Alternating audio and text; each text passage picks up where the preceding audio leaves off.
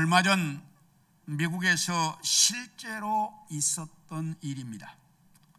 어떤 노인이 죽으면서 자기가 기르던 개에게 우리나라 돈으로 1,560억 원, 어마어마한 돈을 개에게 유산으로 남기고 죽었습니다.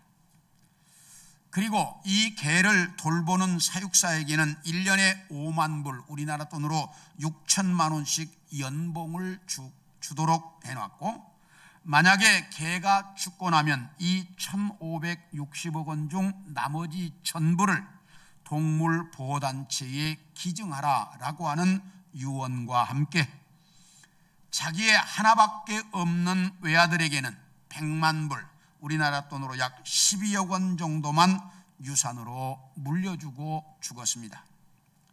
그러자 이 사실을 알게 된 아들은 너무나 분했습니다. 내가 아무리 못난 아들이지만 개보다 못하다는 말이냐, 개에게 유산을 물려준다는 게 이게 말이 되냐.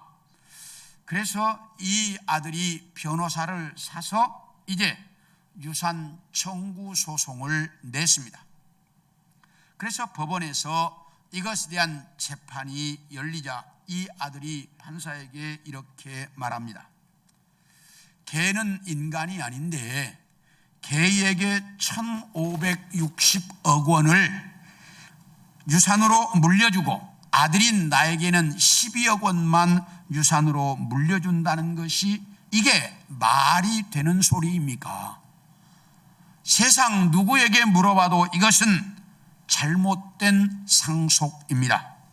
그러니 이 잘못된 상속을 바로잡아서 저에게 유산이 돌아올 수 있도록 해주시면 좋겠습니다 라고 이제 이의를 제기했습니다. 그러자 판사가 이 아들에게 묻습니다. 당신은 1년에 아버지를 몇 번이나 찾아보았습니까? 돌아가시기 전 아버지가 자주 드셨던 음식은 뭡니까? 전화는 얼마나 자주 아버지에게 드렸습니까? 아들은 할 말이 없어서 대답을 못합니다. 그러니까 판사가 하나 더 묻습니다. 당신은 아버지의 생신이 언제인 줄은 알고 있습니까? 아버지의 생신 날짜도 모르는 아들은 할 말이 없었습니다. 그러자 판사가 당신 아버지가 돌아가시기 전에 비디오를 찍어서 유산 이제 상속에 대한 내용을 남겼는데 당신 알고 있습니까? 모릅니다. 자, 들어보십시오. 그러면서 비디오를 틀어줬는데 그 비디오에 아버지는 내 재산 1,560억 원을 죽을 때까지 나와 함께 살았던 사랑하는 내 개에게 물려준다. 그리고 그 사육사에게는 매년 6천만 원씩 연봉을 주고 내 아들에게는 12억 원만 유산으로 물려준다. 그리고 만약에 내 아들이 이 유산 상속에 불만이 있다고 소송을 제기하거든 1불만 유산으로 물려줘라 라고 이제 비디오에 딱 찍혀 있습니다. 이 비디오를 다 보고 난 판사가 당신 아버지의 유언대로 당신에게는 1불만 유산으로 물려주겠습니다 라고 판결을 했습니다. 1,560억 원이 이제 억울해서 소송을 제기했던 아들은 12억 원도 다 뺏기고 단 1불만 유산으로 상속을 받았다는 것입니다. 자식이란 부모의 가슴에 살아있어서 모든 걸 다 주고도 더 주고 싶은 것이 자식인데 얼마나 부모의 가슴에 한이 맺혔으면 이런 유산 상속을 했을까? 그래서 한동안 미국에서도 많이 회자되었던 사건입니다. 오늘 여러분에게 읽어드린 이 본문은 사도 요한이 환상 중에 받았던 소아시아 7교회에 주신 말씀 중에 특별히 사대교회에 주신 말씀입니다. 소아시아 7교회 중에서 서머나 교회와 빌라델비아 교회는 칭찬만 들었고, 사대교회와 라오디게아 교회는 책망만 들었고, 에베소 교회와 버가모 교회, 두아디라 교회는 칭찬과 책망을 함께 들었는데, 오늘 여러분에게 읽어드린 이 사대교회는 책망만 들었던 교회인데, 이 교회에 주신 말씀을 오늘 함께 나누려고 합니다. 첫째, 사대교회가 책망만 들었던 이유는 이름값을 못했다라고 하는 사실 때문입니다. 우리 함께 1절을 보겠습니다. 시작. 사대교회의 사자에게 편지하라. 하나님의 7 영과 7 뼈를 가지신 이가 이르시되, 내가 네 행위를 아노니 네가 살았다 하는 이름은 가졌으나 죽은 자로다. 여기 뭐라고 말씀하시냐면, 하나님의 7 영과 7 뼈를 가지신 이가 말씀하고 있습니다. 여기 하나님의 7 영은 계시록 1장 4절에 의하면 성령님을 의미하고 있습니다. 그리고 7 뼈는 7 교회를 지키는 천사들을 의미합니다. 그러므로 성령과 천사들을 마음대로 움직일 수 있는 분, 예수 그리스도께서 하시는 말씀이다. 그럼 뭐라고 말씀하시냐? 내가 네 행위를 아는데 네가 살았다 하는 이름은 가졌으나 죽은 자로다 라고 말씀하고 있습니다. 이 말씀은 겉으로 보면 살아있는 것처럼 보이지만 속을 들여다보면 죽은 자라, 죽은 자와 똑같다라는 말씀입니다. 다시 말하면 외형적으로는 교회의 모습을 갖추고 있지만 영적으로는 생명력을 다 잃어버려서 죽은 자와 똑같은 교회다라는 말씀입니다. 이것이 주님께서 사대교회에 주신 말씀입니다. 겉으로 보면 그럴듯한데 속을 들여다보면 다 썩어서 쓸모없는 교회, 아무 의미 없는 교회라는 말입니다. 그렇다면 사대교회는 어떻게 해서 주님께로부터 이런 말씀을 들었을까? 그 이유를 알려고 하면 사대라고 하는 도시부터 좀 알아야 되는데, 사대라고 하는 도시는 헤르모스라고 하는 강과 트볼루스라고 하는 산 사이에 있는 계곡에 큰 도로가 나 있는데 그 도로가에 있는 도시였습니다. 그런데 도로가에 바로 딱 붙어 있는 게 아니라 도로에서 조금 딱 올라가면 완전히 난공불락처럼 서 있는 그런 지형의 도시가 들어서 있었습니다. 이렇게 교통은 편리하고 그리고 지리적으로는 안전한 데 있다가 보니까 일찍부터 사람들이 모여들기 시작했습니다. 그리고 이 티볼루스라고 하는 이제 그 강에는 사금이 났기 때문에 이 금이 많이 나서 금을 캐러 사람들이 모여들기 시작을 해서 여기에 도시가 형성되었습니다. 그러다가 보니 양털 가공업, 염색업 등이 발전하면서 이 도시는 대단히 부를 누리고 사는 도시였습니다. 그리고 이렇게 돈이 많고 난공불락의 요새지에 도시가 있다 보니 전쟁의 위험도 전혀 없이 사는 그런 도시였습니다. 경제적으로는 부유하고 생활은 안전하고 이렇게 살다가 보니까 이 도시 사람들은 사치하고 방탕 생활을 하게 되면서 일찍부터 아주 타락한 유명한 도시였습니다. 나중에 이 도시가 알렉산더와 로마에 의해서 점령이 되었다가 AD 2세기경부터 이제 차츰 올라가더니 지금은 이제 유적만 남아있는 그런 곳입니다.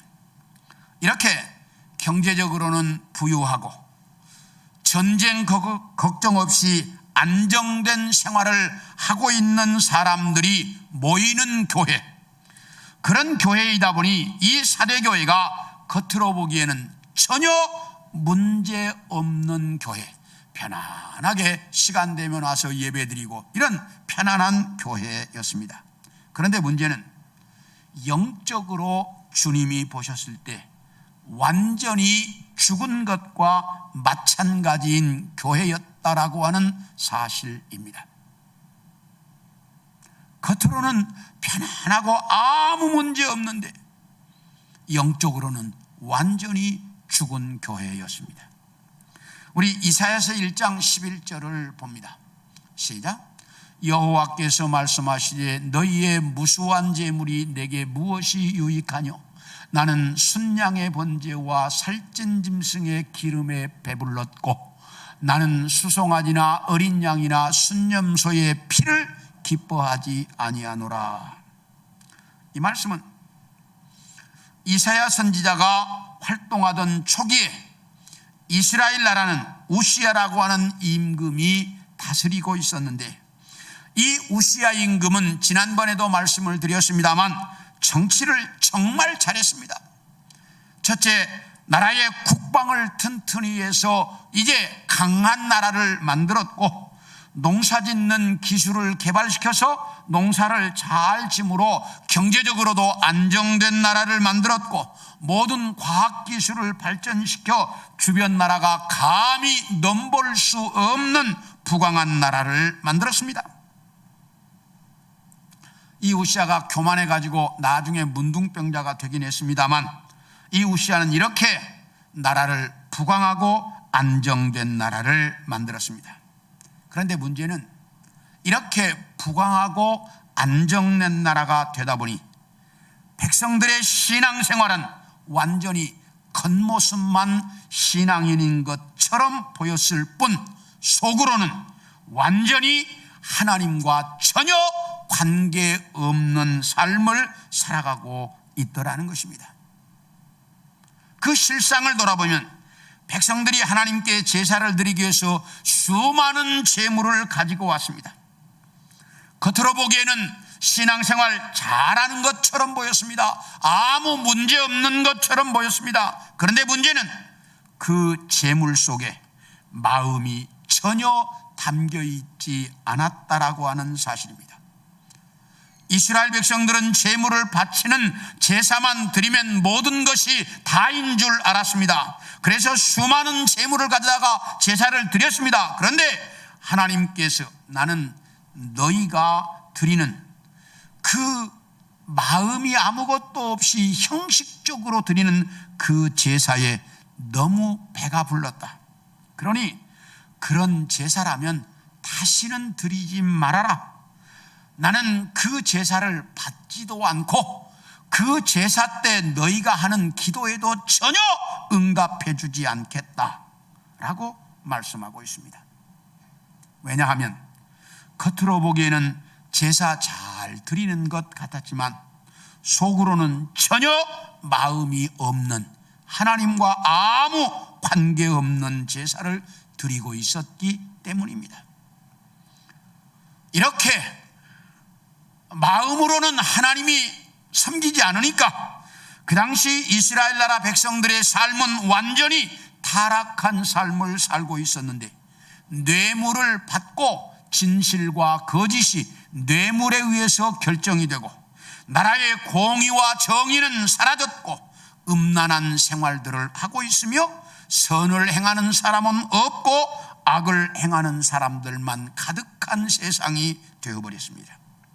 이렇게 이스라엘 백성들은 이름만 하나님의 백성이었지 전혀 하나님의 백성답지 못하게 살고 있더라는 사실입니다. 겉으로만 하나님의 백성이었지 속으로는 전혀 하나님의 백성이 아니었다는 거예요. 자, 우리 누가복음 11장 47, 48절도 봅니다. 시작. 화 있을진저 너희는 선지자들의 무덤을 만드는도다. 그들을 죽인 자도 너희 조상들이로다. 이와 같이 그들은 죽이고 너희는 무덤을 만드니 너희가 너희 조상의 행한 일의 증인이 되어 옳게 여기는도다. 여기 무슨 말이냐면 율법교사인 유대인들에게 예수님이 말씀하시기를 너희 조상들은 선지자들을 죽였는데 너희는 그 조상들의 무덤을 잘 만드는 옳은 것 일을 하는 것처럼 보인다. 그런데 그 조상들의 핏값까지 너희가 감당해야 한다 라고 주님께서 말씀하셨습니다. 아니, 왜 이렇게 주님이 말씀하셨을까? 그 내용을 보면 구약 성경에 보면 이스라엘 백성들이 잘못된 삶을 살아갈 때마다 하나님께서는 선지자들을 보내 그들이 바르게 살아갈 수 있도록 경고도 하고 또 책망도 하고 이적도 행하실 때가 자주 있었습니다. 그러다 보니 이 선지자들은 죄를 짓고 사는 사람들에게는 상당히 많은 걸림돌이 되고 그리고 제일 거끄러운 존재였습니다. 그래서 대부분의 선지자들은 고난 속에 살았으며 순교를 당한 선지자들도 많이 있었습니다. 왜요? 자꾸 죄 짓는 사람에게 죄 짓는다고 뭐라고 하니까. 그래서 선지자들은 상당히 많은 고난을 겪어서 이사야 선지자는 톱으로 켜서 죽임을 당했고 예레미야 선지자는 애국까지 끌려가서 남의 나라에서 비명 행사했고 여호야다 제사장의 아들 스가랴 선지자는 요아스 임금에게 돌에 맞아 죽었습니다. 이렇게 수많은 선지자들이 공의롭게 하나님의 말씀을 전하다가 순교당했다는 것을 잘 알고 있는 유대인들이 우리는 우리 조상들처럼 공의로운 선지자를 죽이는 그런 삶을 살지 말자. 우리는 그렇게 살지 않겠다. 그런 의미로 그렇게 공의롭게 살다가 순교한 선지자들의 무덤을 잘 만들어줬습니다. 우리는 그렇게 안 살겠다. 그런 뜻으로 무덤을 잘 만들었습니다. 그러면 무덤만 잘 만들 게 아니라 자기들의 어떻게 살아야 돼요? 공의롭게 살아야 하잖아요. 그런데 그들의 삶은 전혀 아니었다는 거예요. 공의로운 선지자였던 세례 요한을 죽였고 이 땅에 메시아로 오신 예수님을 십자가에 못 박아 죽였고 예수님의 제자들을 죽였습니다. 그래서 예수님께서 너희는 조상들처럼 살지 않겠다고 선지자들의 무덤을 잘 만들어 놓고 너희가 사는 모습은 너희 조상들과 전혀 다르지 않게 똑같이 살고 있다. 그래서 그 조상들의 핏값까지 너희가 다 감당해야 한다 라고 주님께서 말씀하시고 있습니다. 그리고 유대인들이 살아가는 외형적인 모습을 보면 일주일에 몇 번씩 금식을 하고 시장통에서까지 기도하고 손을 잘 씻고 안식일도 잘 지키고 그리고 절기도 잘 지켰습니다. 겉으로 보면 세상에서 하나님의 말씀을 제일 잘 지키는 사람들처럼 보였습니다. 그런데 그들이 살아가는 모습 실상은 전혀 하나님과 관계없이 사는 사람들처럼 살았습니다. 제사장들은 성전에서 제물에 사용되는 소나 양을 팔게 하고 그 사람들과 결탁하여 수많은 폭리를 취했고 백성들은 고르반이라는 제도를 만들어 놓고 부모를 섬기지 않아도 아무런 문제 없이 만들어서 자기들만 잘 먹고 잘 살았습니다. 안식일날 짐승은 물을 먹이고 짐승이 구덩이에 빠지면 건져내면서 사람의 병은 못 고치게 만드는 그야말로 겉과 속이 다른 사람들, 그들이 유대인들이었습니다. 그래서 우리 주님께서 겉은 깨끗하게 보이지만 속에는 시체 썩는 냄새가 진동하는 세상에서 가장 더러운 회칠한 무덤 같은 존재라고 주님께서 그들을 말씀하셨습니다. 이 말씀은 유대인들, 너희는 말은 하나님의 백성인데 너희들이 사는 것은 전혀 하나님의 백성답지 못하게 살고 있다라는 말씀입니다. 지금 유럽에 가면 정말 멋지게 교회당들은 곳곳에 도시마다 잘 지어져 있습니다. 그런데 그 안에서 예배드리는 사람은 몇 사람 없습니다. 그러다가 보니 교회가 건물을 유지할 수가 없습니다. 그래서 건물을 파는데 술집에서 제일 많이 나간다는 거예요. 참 안타까운 이야기입니다. 그런데 지금은 미국 교회가 유럽 교회를 닮아가고 있습니다. 그런데 우리가 더 고통스러운 것은 대한민국의 교회가 그럴 조짐이 보인다라고 하는 사실입니다.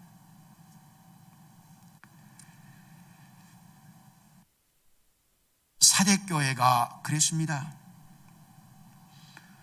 겉으로 보기에는 정말 문제없는 교회처럼 보였습니다. 살았다는 이름은 있었습니다. 그런데 실상은 죽은 교회였습니다. 이름값을 전혀 하지 못하는 교회였다라는 말입니다.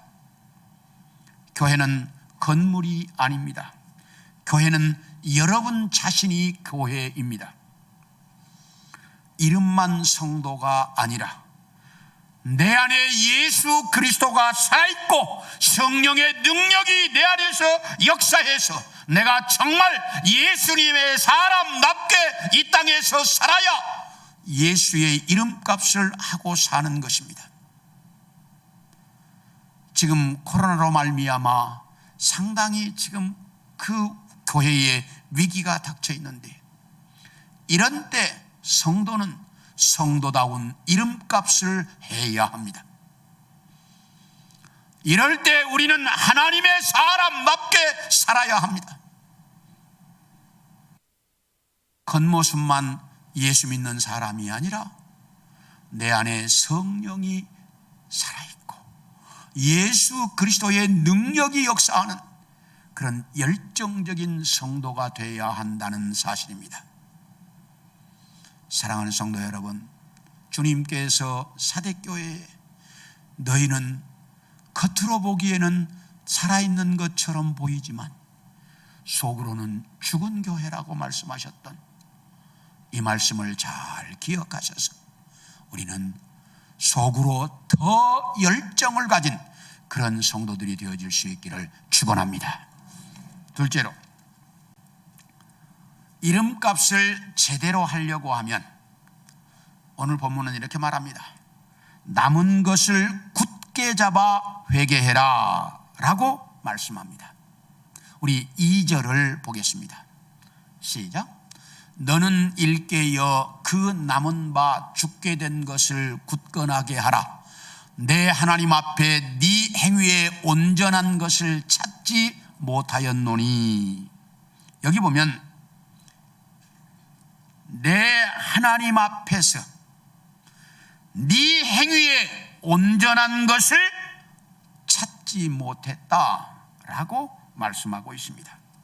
이 말씀은 사대교회는 하나님이 보시기에 온전한 것이 하나도 없는 교회였다라고 하는 사실입니다. 경제적으로는 여유 있는 사람들이 외부의 침략에 대한 전혀 걱정 없이 아주 자유롭게 신앙생활을 하고 있는 교회였습니다. 특별히 걱정해야 할 것이 아무것도 없이 아주 자유롭고 평화롭게 신앙생활을 하고 있었습니다. 그러므로 가장 모범적인 신앙생활을 할 수 있는 상황이 사대교회의 상황이었습니다. 그런데 인간은 여유 있고 평안하면 하나님 잘 섬기고 사는 것이 아니라 하나님과 관계없이 방탕하고 타락하게 되더라는 것입니다. 이 사대교회 성도들이 그랬습니다. 그 좋은 환경 속에서 하나님 잘 섬기고 사는 것이 아니라 주변 환경에 물이 들어 하나님 보시기에 온전한 것이 하나도 없을 정도로 타락한 교회가 되었다, 그 말이에요. 그래서 하나님께서 이렇게 말씀합니다. 네가 어떻게 복음을 받았으며 어떻게 들었는지를 잘 생각해서 회개하고 돌아와라, 이렇게 말씀하시고 있습니다. 이 말씀은 사대교회 성도들아, 너희가 처음 듣고 믿었던 복음의 진리가 무엇이냐? 예수 그리스도가 너희를 위해 십자가에 죽었다는 것 아니냐? 그 복음의 진리를 다시 깨달아 너희를 위해 십자가에서 죽으신 예수 그리스도를 위해 사는 삶으로 돌아오라고 주님께서 가르치고 있습니다. 이렇게 돌아와서 이제 회개하고 돌아와서 그 남은 바 죽게 된 것을 굳건하게 해라 라고 말씀하고 있습니다. 그렇다면 이 남은 바 죽게 된 것을 굳건하게 하라는 말씀이 어떤 의미일까? 이 말은 4절을 보셔야 알 수 있는데요, 우리 4절을 보겠습니다. 시작. 그러나 사대교회에 그 옷을 더럽히지 아니한 자 몇 명이 내게 있어 흰옷을 입고 나와 함께 다니리니 그들은 합당한 자인 연고라. 여기 보면 사대교회 안에는 그 주변 환경에 물들지 않고 올바른 신앙생활을 하고 있는 사람이 몇 사람 있었습니다. 그 몇 사람을 두고 하시는 말씀인데, 그 남은 바 죽게 된 것을 굳건하게 해라, 이 말씀은 사대교회 성도들은 모두가 영적으로 다 죽었는데, 그런데 영적으로 살아있는 사람이 몇 사람 있다는 말입니다. 그 살아있는 사람들은 절대로 주변 환경에 물이 들어서 죽은 자가 되지 말고, 죽은 너희들은 그 살아있는 사람을 본받아서 너희도 산 자가 되라, 그런 말씀입니다. 그러므로 이 사대교회의 희망은 뭡니까? 사대교회의 희망은 그 더럽혀지지 않는 몇 사람, 남아있는 몇 사람이 사대교회의 희망이었습니다. 이게 그 사람들의 사대교회의 희망이고 빛이었습니다. 우리 함께 열왕기상 19장 10절을 보겠습니다. 시작. 그가 대답하되 내가 만군의 하나님 여호와께 열심히 유별하오니 이는 이스라엘 자손이 주의 언약을 버리고 주의 제단을 헐며 칼로 주의 선지자들을 죽였음이오며 오직 나만 남았거늘 그들이 내 생명을 찾아 빼앗으려 하나이다. 이게 무슨 말이냐면, 여러분들이 잘 아는 대로 엘리야가 이제 갈멜산에서 바알과 아세라를 섬기는 선지자 850명과 목숨을 건 내기에서 이기고 그 850명을 죽였습니다. 그러니까 이 소식을 들은 왕비 이세벨이 엘리야를 죽이겠다고 난립니다. 그러니까 엘리야가 도망을 갔어요, 광야로.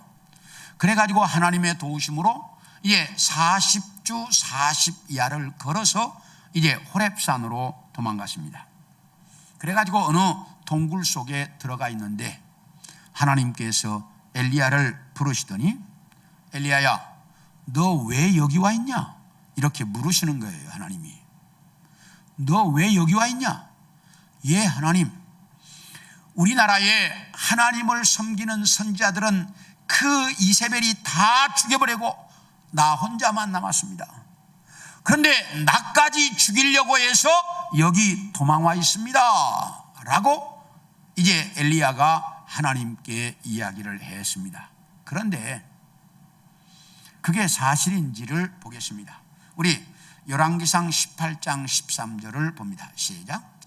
이세벨이 여호와의 선지자들을 죽일 때에 내가 여호와의 선지자 중에 100명을 50명씩 굴에 숨기고 떡과 물로 먹인 일이 내 주에게 들리지 아니하였나이까. 이 말이 무슨 말이냐면 엘리야가 나라에 예언을 했습니다. 내가 다시 비가 오리란 말 하기 전까지 나는 비 안 온다. 처음에는 농담인 줄 알았습니다. 그런데 실제로 비가 안 오더니 3년 동안 비 한 방울이 안 오는 거예요. 그러니까 나라 안에 있는 풀이란 풀은 다 죽었습니다. 그러니까 풀이 없다 보니 짐승들도 먹을 것이 없어 짐승마저 다 죽어갑니다. 그러니까 아합 임금이 이 엘리야를 찾아서 내 말이 있어야 비가 온다 그랬으니까 비가 오게 하려고 나라 전체를 샅샅이 아합 임금이 뒤지고 있습니다. 엘리야 찾으려고. 그런데 못 만나는 거예요. 딱 있다고 해서 가면 어디로 가버리고 없어요. 그런데 오바댜라고 하는 사람에게 엘리야가 딱 나타나더니 오바댜야, 너 아합 임금에게 가서 내가 여기 있다고 알려라. 그러니까 이 오바댜가 하는 얘기예요. 선지자님, 왜 나를 죽이려고 합니까? 아니 무슨 말이야?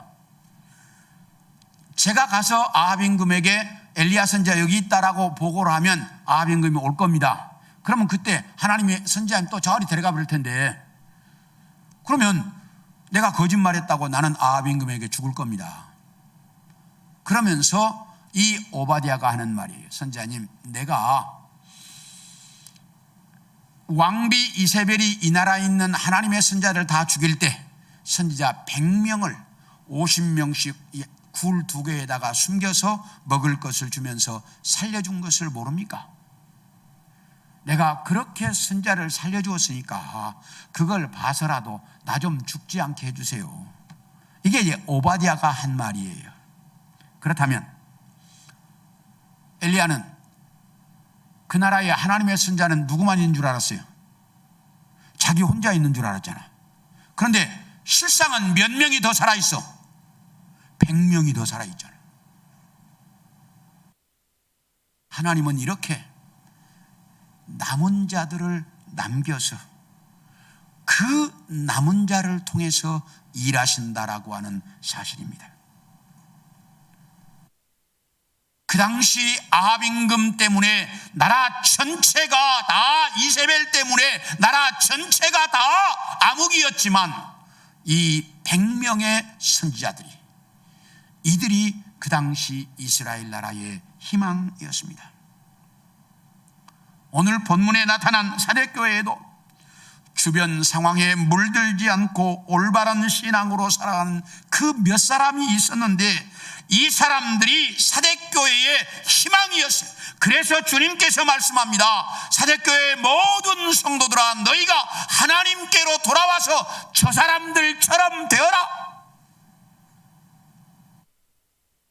살아있는 그 사람들처럼 되라. 이렇게 주님께서 가르치고 있습니다. 우리는 사대교회와 비슷한 상황 속에서 살아가고 있습니다. 황금만능주의 시대, 타락한 세상, 이런 속에서 살고 있습니다. 그러므로 이 시대 속에 물들지 않고 사대교회에 남아있었던 그 몇 사람들처럼 영적인 남은 자로 살아갈 수 있어야 합니다.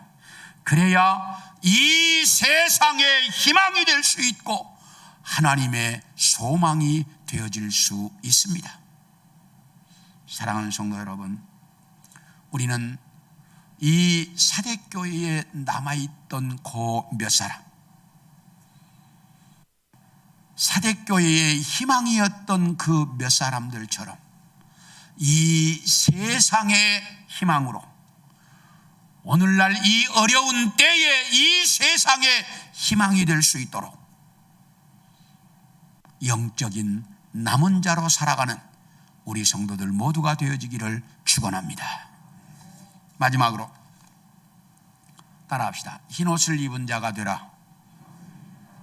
우리 5절을 같이 읽습니다. 시작.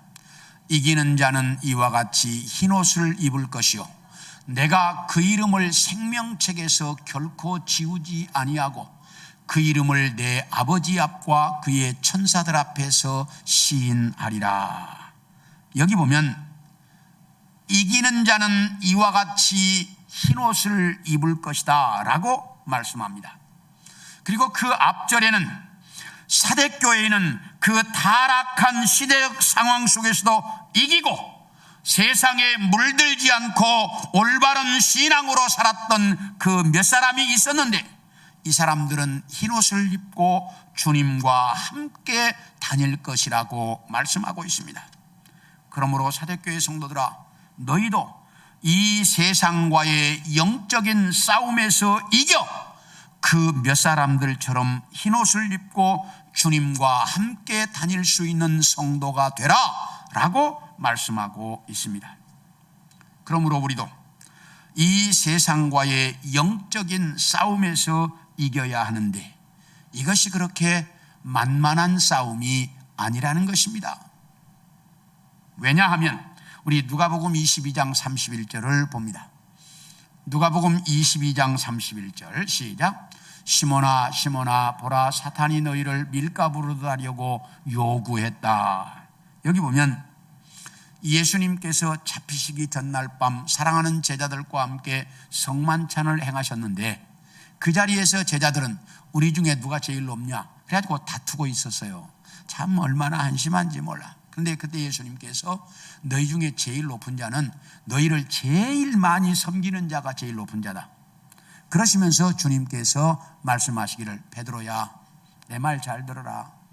사탄이 밀가부르듯 하려고 너희를 사탄 지 맘대로 갖고 놀려고 자기한테 인계하라고 자기한테 너희를 넘겨달라고 나한테 요청했다. 이렇게 말씀하고 있습니다.